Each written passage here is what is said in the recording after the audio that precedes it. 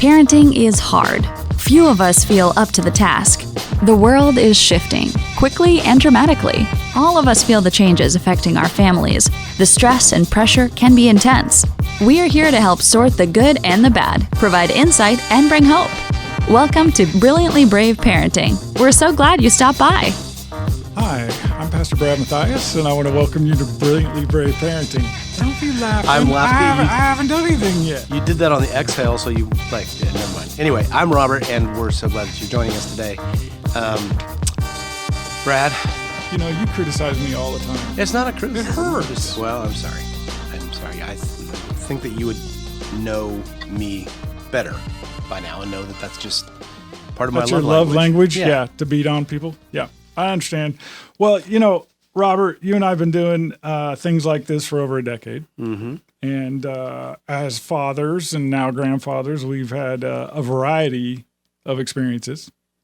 This is true. I mean, between us, we cover like almost the A to Z of parenting. Pretty much, right? Yeah. You're the expert single parent, now blended family. I'm the dad who was AWOL and then got saved, and God redeemed our marriage and home. So between us, very few things that come across sort of the airwaves can surprise us. For better or worse. For better or worse, we've probably had that experience. But one of the things I wanted to focus on for this particular season of podcasting is the positives, right? The things that are happening out there. Because there's plenty to point out that's negative. You can turn on the TV any night of the week and get plenty of panic, right? Yes. So I wanted to sort of highlight some positives, and I did a little research. And did you know the families still eat dinner together? Like it's a just big in deal. general. I actually have read that recently, that it's kind of a thing. It's becoming more, here's the qualifier. I do believe that they're eating dinner at the same table together. I don't know if I believe that they all have their smartphones put down. Because I think that that's a... the cynic in you keeps raising its ugly head. I'm sorry, but I'm happy they're at least geographically in the same Well, according space. to Gallup, 50% of families that have children under 18 eat together at least 6 nights a week.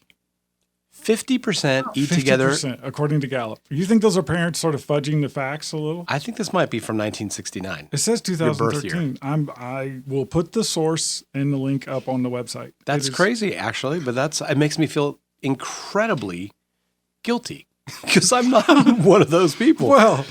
Well. I mean, we do a good job of eating together for the most part, and try to make that a priority. But it's certainly not 6 nights a week.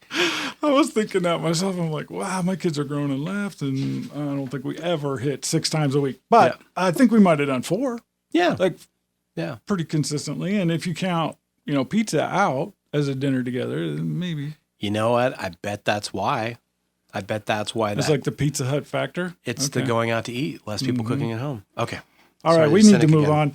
So, as we go through these episodes, talk with different families, parents, pastors, folks out there who are trying to raise kids in a hostile culture, we come across books, resources, stories, ministries that really meet or reach out to unique situations. And today's guest is one of those families that really has a story to tell. And a really cool book that I want to make sure all of our audience hears about and understands the story behind it.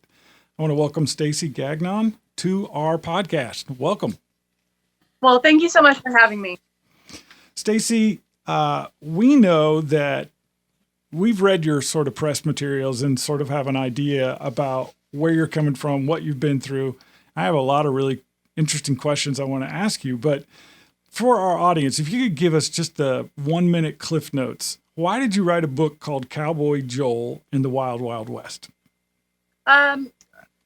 Basically, about a year and a half, 2 years ago, I had written a Facebook post that went viral. And it was all about my son, Joel, and who was born with a cranial facial defect. So basically a deformity. So he looks different. And we had gone to a new church. And when we walked into the children's ministry section for children's church, every child in the whole room turned around, started whispering, started staring. And so the post that I wrote was about parents teaching their children to be intentional in being kind, and that children have differences. We ended up going on the Megyn Kelly show, Fox 10, and some other news outlets. And I remember a comment someone made about, basically like, have you written a book, or what's your advice beyond just what you're saying? And so we decided as a family to put a book out there that would help teach kids about being intentional in being kind, but also understanding that there are bullies out there, but the biggest bully that will ever meet is the bully inside of us, the person inside of us telling us we're not good enough, or we're not smart enough, or skinny enough, or athletic enough. And so that was why we ended up writing the book. I felt like it was a healing thing for my kids, but also, I guess someone threw down the gauntlet of doing something and so we said, yeah, let's do this. That's fascinating. So how does that work, writing a book as a family? Well, the majority of the book came from my husband and I, who have taught in schools. Okay. My children had input in some of the language and some of the jokes that you see. Mm-hmm. And then also in helping the illustrator, they wanted a mouse hidden on every page, or we would ask input on different things like, oh, what should we have the illustrator draw here? Because we felt like if it was driven by kids, then kids would visually want to look at it. Yeah. That's fantastic. Yeah, I as I was reading through some of the background on your book, there was sort of a stinging response that someone had to your viral post that I thought on face value just seemed rude, but then you sort of responded to it in the positive. And just quoting it, it says, the reader told you that your son would be stared at and pointed at, and he needed to get used to it. Yeah. It's funny. I didn't really want to start out with that on your podcast, but that was, I remember, and more than one person has said that to me out of love. Right. And I remember it being really angry about that. But then I really feel like when we're really angry, there's always a kernel of truth, because when we're angry, it's touching something that we're fearful of. And I'm afraid for my son to be pointed at, stared at, and ridiculed because he looks different. And I realized that as a parent, I needed to go one step farther with him in teaching him to find his worth and his value in his relationship with the Lord, and not by what the world is saying. And that, like I had mentioned, that inner voice telling him you're not good enough, that's the bully he needs to defeat. So yes, I remember that specifically, and being really angry at first, but then recognizing there is a kernel of truth in that statement. Yeah, as I'm thinking, you have been involved in foster care and adoptive care for children for how many years? How long have you guys been active with this? Well, I am, let's see, it would be about 13 years now. Okay. And how many kids do you currently have in your family? 7. 7 kids. And I'm hiding in the closet to do this interview, so. I get it. Wow. I raised 3 children. We had 2 foster boys, teenage boys, during that time. So I have a little bit of a taste of kind of the sort of integration and mixing of cultures, even of family, as you put different kids together. We had an autistic young man that was in our family for several years, and in fact, I had dinner with him last night. There are a tremendous number of stresses that are happening at any time in any family, and I liked the way you approached the understanding that every child really is a special needs child. It doesn't matter if there's a physical problem or a mental challenge or whatever, as parents, if we can just understand that each of our children have their own special needs, it really helped you at some point transitioning with what you've experienced as a parent. Tell us more about that quote. Especially my kids with a trauma background. We have we have 5 adopted children that have special needs, but I will tell you that their biggest disability is not spina bifida. It's not limb difference, golden heart syndrome, feeding tube, those things. Their biggest thing that hurts them and is hard for them to overcome is the trauma that they've experienced in abandonment and shame and those things. And so, when we teach, that's a lot of what we talk about, is that the greatest human fear is abandonment. And so helping my kids navigate life, and even my children that are biologically my kids, their greatest need is to find the Lord. Their greatest need is to have a relationship with Christ aside from me as a parent. And understanding that each of my kids will come to that place in a different way and that's my prayer, is that each come to that place. It's going to be different than your kids or your producer's kids or anyone in your congregation or any other parent. And so recognizing that we are all fearfully and wonderfully made and all different in some ways. I think that's how I approach parenting, is understanding that each of my kids have different needs that need to be met.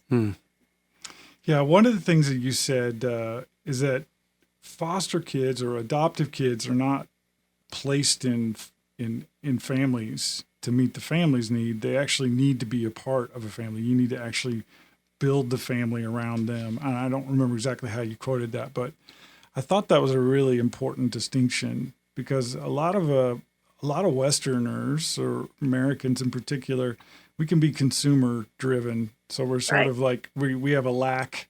So we're looking for something to fill that void. And you're really flipping the coin on that a little bit and saying, hey, let's think about this differently if we're going to adopt kids. Tell us more about that.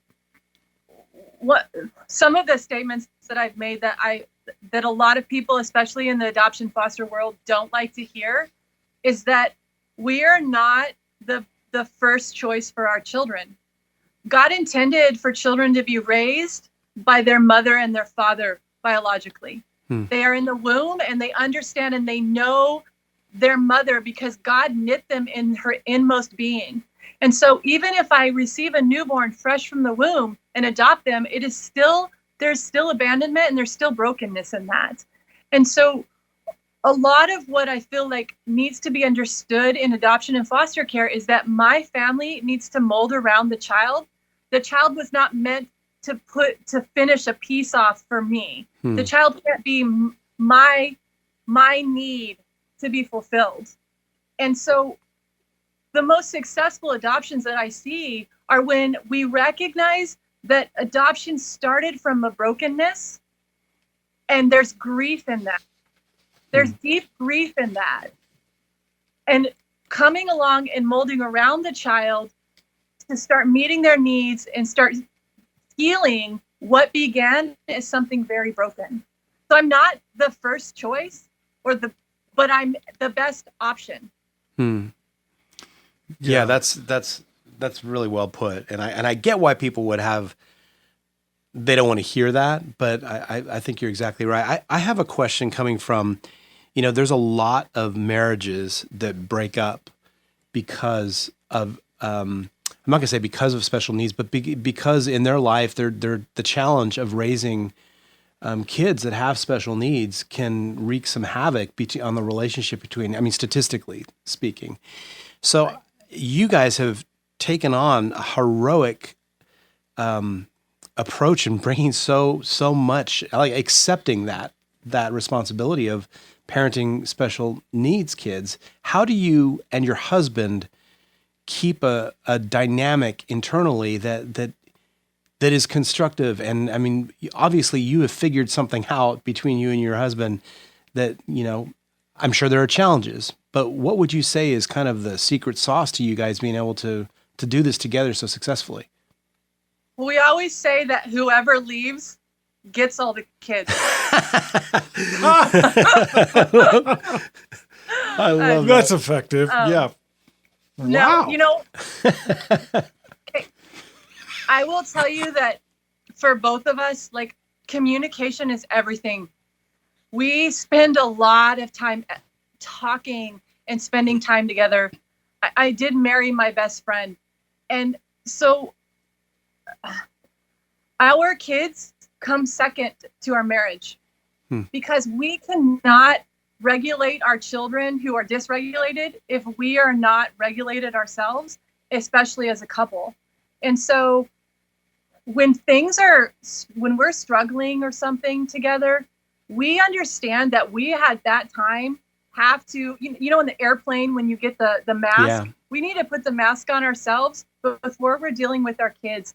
And that's so true for our marriage. So we really, really try and make sure we're carving out time every single day to sit and talk together after he gets off work. We go for walks. We try and go out for ice cream or do those things because the strength of our marriage directly cascade affects the strength of our children. That is excellent. That is a very important reminder for all of us, Stacey. Thank you for reminding me of that. As I'm listening to this and thinking about it, you guys have really made your lives a living sacrifice, like it talks about in Romans 12, that you are fulfilling or stepping forward to serve and to be served and to become then the body of Christ to these special needs children. But you guys didn't just stop with your own immediate circle of influence. There's only so many kids you can personally adopt or foster. You guys went further than that. And in particular, in Eastern Europe, you started a ministry called Lost Sparrows. Can you tell us a little bit about that? I wish I could tell you that it wasn't kicking and screaming. I will tell you that all of our adoptions and then even Lost Sparrows has very much been God orchestrating and almost pushing us off the ledge a little. I had mentioned that we moved to Indiana. I will tell you that God told us to move, and we moved here without jobs, with 2 mortgages, and something that people have said is financially irresponsible. And we have watched God step in and fulfill every single thing because we knew he was asking us to lower the cost of living so I could stay home and run Lost Sparrows. So Lost Sparrows was born out of the understanding that we wanted to support family in Eastern Europe, not support orphanages. And so we work some within the orphanages, Lost Sparrows, in helping deinstitutionalize safely children. But the majority of what we do is training and equipping foster families and families in helping keep kids out of the orphanage in the first place. Wow. And so last year, I trained in Russia, Bosnia, and Bulgaria. And it's been incredible because it's just exploding, and the need and the opportunities have been amazing. And so that's how Lost Sparrows was born, is just like I was being asked to do some things and I would do it in my spare time. And then it was God basically saying, okay, this is bigger than this. Do you trust me? I need you to leap again. And so this is where we're at. Wow. I understand. I just moved to Maine with my wife after living in Tennessee for 20 years to plant churches without work. So God does seem to challenge us, doesn't he, to push us beyond our really confidence or comfort and into some things that are really unknown. One of the things that you put in your media kit is this idea of clarifying the misconception that people have about children being able to just bounce back from trauma or injuries, psychological or physical, that they've received in early childhood. Talk to us about that, because I know Lost Sparrows really focuses on that. So the majority of our training, and even what I do day to day in training, is talking about the neuroscience behind trauma and the understanding that when children do not have needs met on a consistent basis by one caregiver, then what we see is an altered brain. And we see a brain that wants to live in what we call the survival or reptilian brain, because it's learned that it has to meet its own needs and it has to survive in the environment. And so we see this play out in schools and in homes with foster children or children that have been neglected or have abuse in their home, because they're the behavior problems. They're the children that a lot of times we're diagnosing with ADHD. They're the kids that we're going, wow, I cannot figure out, why is this kid not calming down, or why isn't he using his brain? What we understand is that this child literally, the brain has been hijacked by stress and they can't use their brain. And so what we teach and what we train is, number one, let's prevent this from happening. Let's put children into a foster home at birth instead of into an orphanage for 2 years to be adopted out. Let's look at how our practices in foster care with children bouncing from home to home are causing more and more damage. Let's look at how we respond to these children in the classroom with rewards and punishments, and not understanding that's actually driving them farther away from relationship. And so that's a lot of what we train and teach, is helping to understand the neuroscience behind the brain and how we need to meet the needs of the children with safety and structure and predictability in order for them to access and grow their thinking brain or their upper level floors.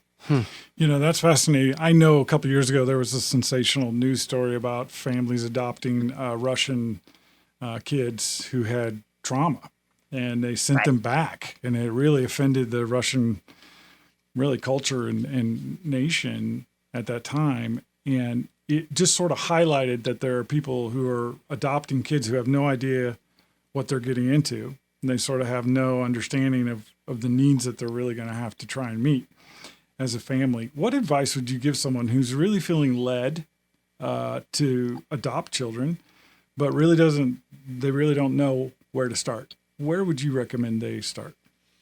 I think the biggest thing is, first, you're going to start with the premise that love does not fix everything. Love cannot fix everything. Now, his love, Christ's love, can heal, but there are children that will not heal this side of heaven. And that's really hard for us to wrap our heads around. I am messaged every week by parents that are completely desperate, that have jumped in the trenches way over what their abilities are. And it's really talking, like, my first recommendation is talk to the people in your area who are fostering or adopting. Tell them you want to hear the real deal. Tell them you want to hear what the hardest things are for them. Okay, and build a community around you. Then I recommend reading The Connected Child by Purvis, and also The Body Keeps Score by Vander Kolk.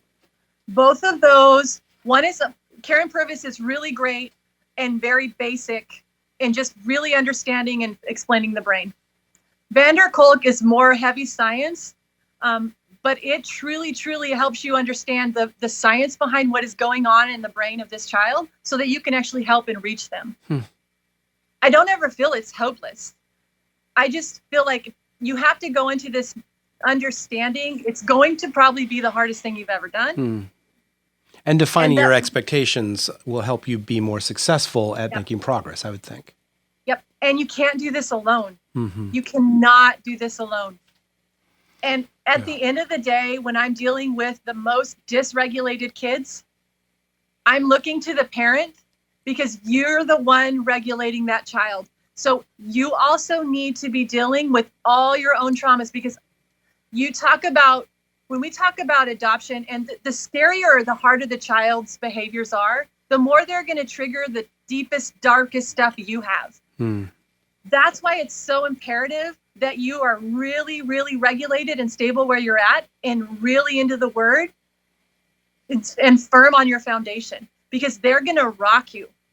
And when you're flapping in the wind, they're flapping harder.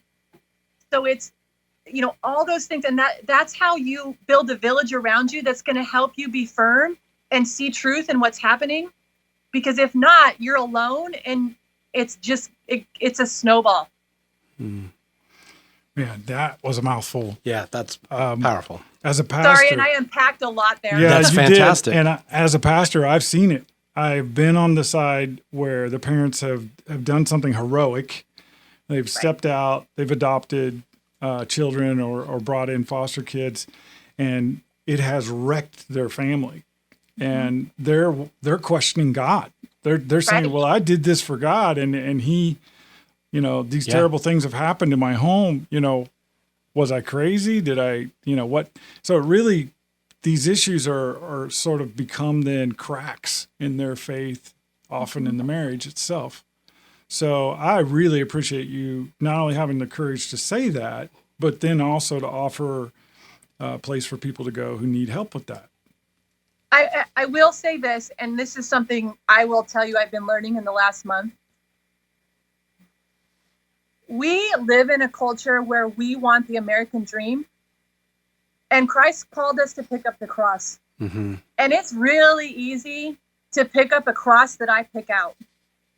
It's not so easy when Christ gives you the cross, because he's pruning away not just the dead things, but the living things in us that need pruned. And when we're pruning living things, it's painful. And so it's simple when a child comes in your home and it's awful and you're looking at that kid and it's like, oh my gosh, that's a child. When the reality is you got to look at yourself first and figure out, where am I dysregulated? Where do I need to get to a place where I am needing pruned, and I need to let God take that? Because at the end of the day, my job is to love my kid and show up every day. It's not my job to rescue my kid. God's job is the rescuer, not my job. So well said. And it's so hard to accept, but you're exactly right. That at the end of the day, we're responsible for what's right in front of us, not the ultimate outcome of our kids. I mean, that is beyond us. And we have a Father that will relentlessly pursue our kids. We just need to take the step right in front of us, right? And the more desperate you are as a parent, I think that's a good place to be. When I'm desperate as a parent and I can't do it, and I am really recognizing how far I am over my head, is when I turn to God and say, I can't do this. Yeah. I can't do this.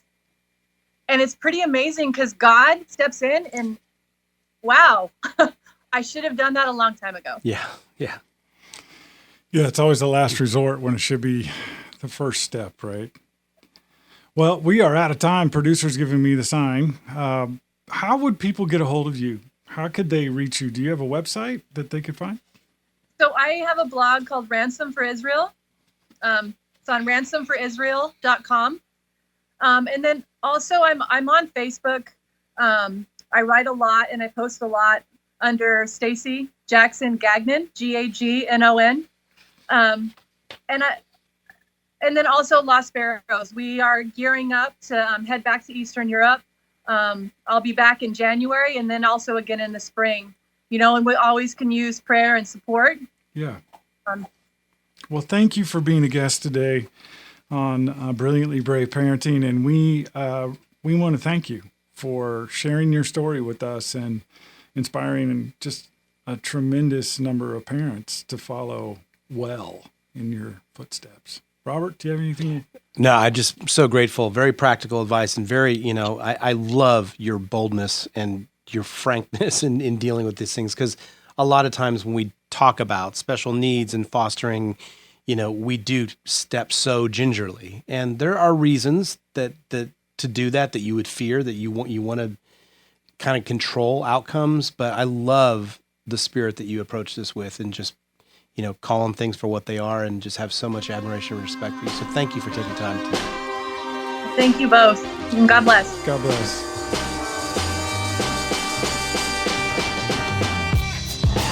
Brad, I'm a foodie, right? Absolutely. Okay, I want to tell you about this awesome coffee experience. It's called CJ's Coffee Culture and Community.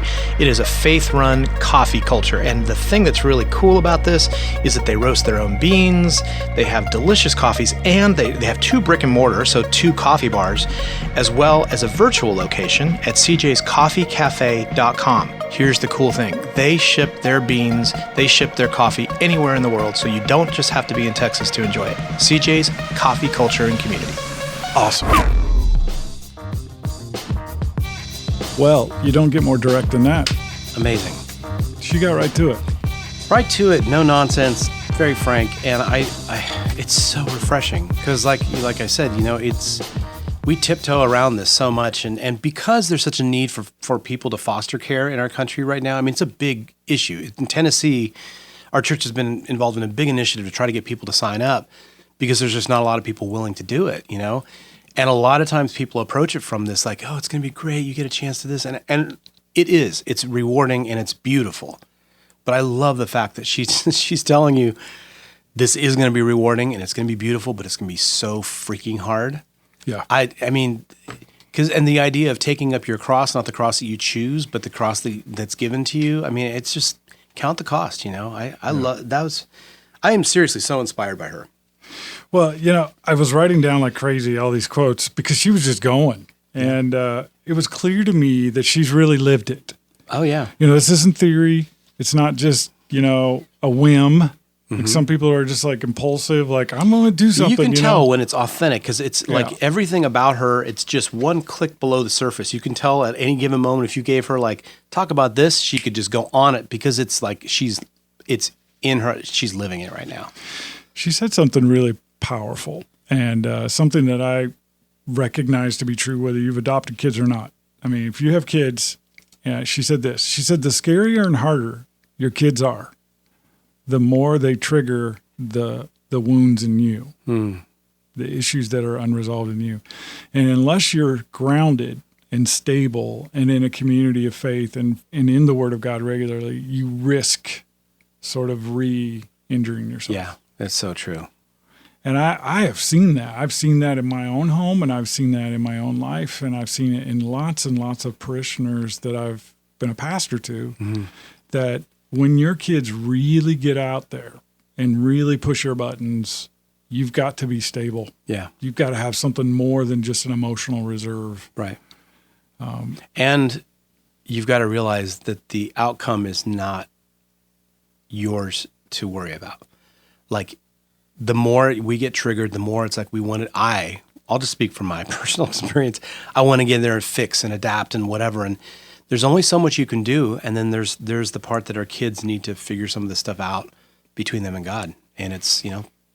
Yeah, she said at the very end there, God's job is to rescue our kids, not ours. Yeah. And I've heard that said many different ways, but in this context, it's just seemed more powerful to me that she's lived it. She's learning it. She's written a book about it that has multiple layers. She's not only talking about the bullies her kids experience at church or at school, but she's talking about the bully inside. The bully inside. There's so many facets of what she's talking about. And equipping homes so that you don't deal with orphanages. I mean, what a fantastic interview. Highly recommend folks, if you're listening, to write down her name, go check out her website, get her resources. If you know somebody that's fostering or thinking about fostering, introduce them to this fantastic ministry. Once again, we've been speaking with Stacey Gagnon. She's the co-author of Cowboy, Joel, and the Wild Wild West. And we'll have links on our website to her book and to her ministry, Lost Sparrows, and to her Facebook page, ways you can get in contact with her. It sounds like she is an extraordinary resource for people who are in the thick of it. Yeah, it's great. Well, thank you so much for spending some time with us. We really appreciate it. If you think about it, and if you don't think about it, please do think about it. Go to whatever podcast platform you're listening to us on. Drop us some comments and give us as many stars as you possibly can. 5 would be good. 5 would be awesome. But know that we really appreciate you, and we would love to hear from you. So reach out to us. Let us know what you want us to talk about, and we will definitely pursue it. Thank you, everyone, for tuning in this week. We'll be right here, same station, same channel, next week. See you then. Bye-bye. Be encouraged, parents, you are not alone. In Paul's letter to his son in the faith, Timothy, he writes, "But I am not ashamed, for I know whom I have believed, and I am convinced that he is able to guard until that day what has been entrusted to me." Brilliantly Brave Parenting wants to be an encouragement and support that parents can rely on. Would you consider liking us and sharing us with a friend? As a part of the Tween Gospel Alliance, we are a nonprofit organization dependent on the support of friends like you. Thanks for stopping by. We'll be right here next week.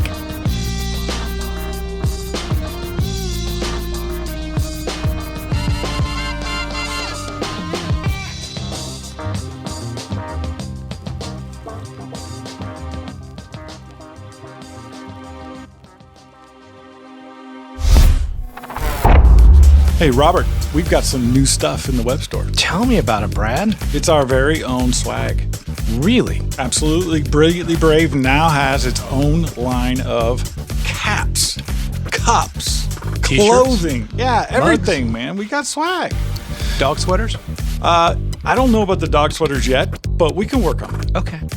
So if you're a fan and you've been listening to Brilliantly Brave and you want to share it with your friends, let them know that you're a supporter, hey, come to our website, ishinelive.com, and find out more.